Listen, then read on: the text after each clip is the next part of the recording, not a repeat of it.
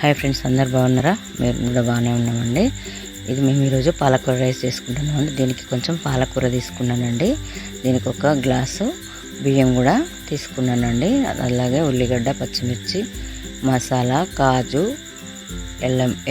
ఉల్లిగడ్డ అన్నీ తీసుకున్నానండి. దీనికి పాలకూర నేను కట్ చేసుకొని పోపు వేసుకుంటానండి. మిక్సీ పట్టుకొని దీన్ని కట్ చేసుకొని పక్కన పెట్టుకున్నానండి.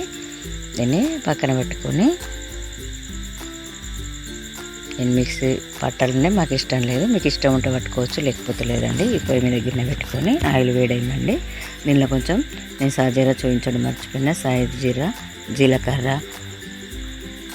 మసాలా ఏంటిది లవంగాలు, యాలకులు, అలాగే చెక్క, బగారాకు ఇవన్నీ కొంచెం పోపులో వేసేసుకున్నానండి. వేసుకున్న తర్వాత ముందుగా తీసుకున్న కాజు ఉంది కదండి, ఆ కాజుని కూడా వేసుకున్నామండి. కాజు కొంచెం వేగిన తర్వాత పచ్చిమిరపకాయలు వేసుకున్నానండి. పచ్చిమిరపకాయలు కొంచెం నూనెలో వేగాలి. పచ్చిమిరపకాయలు వేగిన తర్వాత ఉల్లిగడ్డ వేసుకున్న ఉల్లిగడ్డ కూడా కొంచెం ఎరుపు రంగు రావాలి.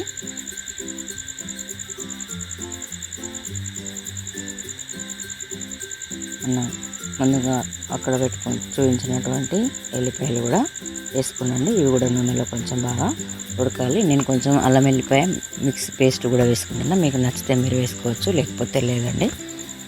అలాగే కొంచెం కొత్తిమీర, పసుపు ఇవన్నీ వేసుకొని ఒకసారి కలుపుకొని మనం ముందుగా కడిగి పెట్టుకున్నటువంటి పాలకూర ఉంది కదండి, ఆ పాలకూరని మనము పోపులో వేసుకోవాలండి. వేసుకొని ఒకసారి అలా చెంచాతో కలుపుకోవాలండి.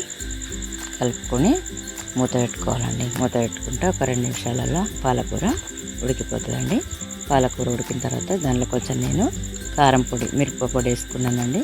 ఒక పచ్చిమిర్చి సరిపోలేదు, మిరపపొడి వేసుకొని ఒక 2 నిమిషాలు అలా కలుపుకొని అంతే. మనం ముందుగా కడిగి పెట్టుకున్నటువంటి బియ్యం ఉన్నాయి కదండి, ఆ బియ్యం దానిలో నీళ్ళు లేకుండా పంపేసుకొని ఆ బియ్యం వేసేసుకోవడం.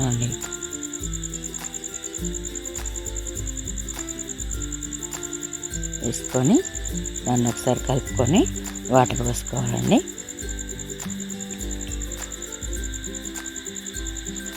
ఈ వీడియోని మధ్యలో ఎక్కడ స్కిప్ చేయకండి, చేస్తే మీకు అర్థం కాదండి.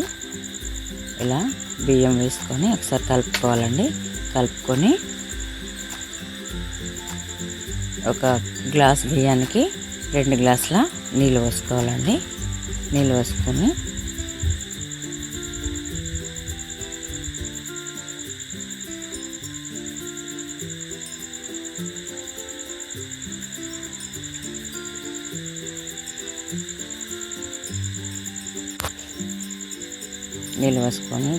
ఎసరు వేసుకోవాలండి. కొలుచుకొని మీరు ఇలా కూడా చేసుకొని చూడండి. మీ పిల్లలు చాలా చక్కగా తింటారు. ఎందుకంటే ఆకుకూరలు తినడం పిల్లలకి ఇష్టం ఉండదు కదండి. దీనికి సరిపోను కొంచెం ఉప్పు వేసుకోవాలండి.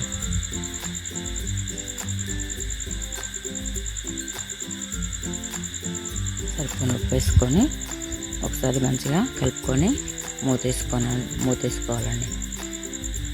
అంటే ఇది ఒక 5 నిమిషాలలో మనం మామూలుగా అన్నం ఎంతసేపట్లో ఉడుకుతుందో ఇది కూడా అలాగేనండి. పాలకూర ముందుగానే పోపులో ఉడికింది కదా, ఇది తొందరగానే అయిపోతుందండి.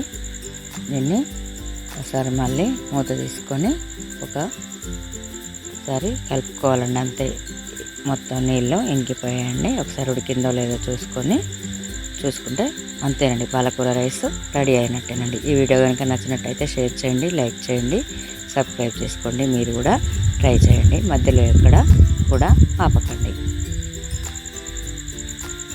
అంతేనండి. ఇది ఒక సర్వింగ్ ప్లేట్లో తీసుకుంటే మనకు పాలకూర రైస్ రెడీ అయిందండి. Thank you for watching. మీరు కూడా ట్రై చేసుకొని కామెంట్ బాక్స్లో కామెంట్ చేయండి మీకు నచ్చినట్టయితే. ఓకే.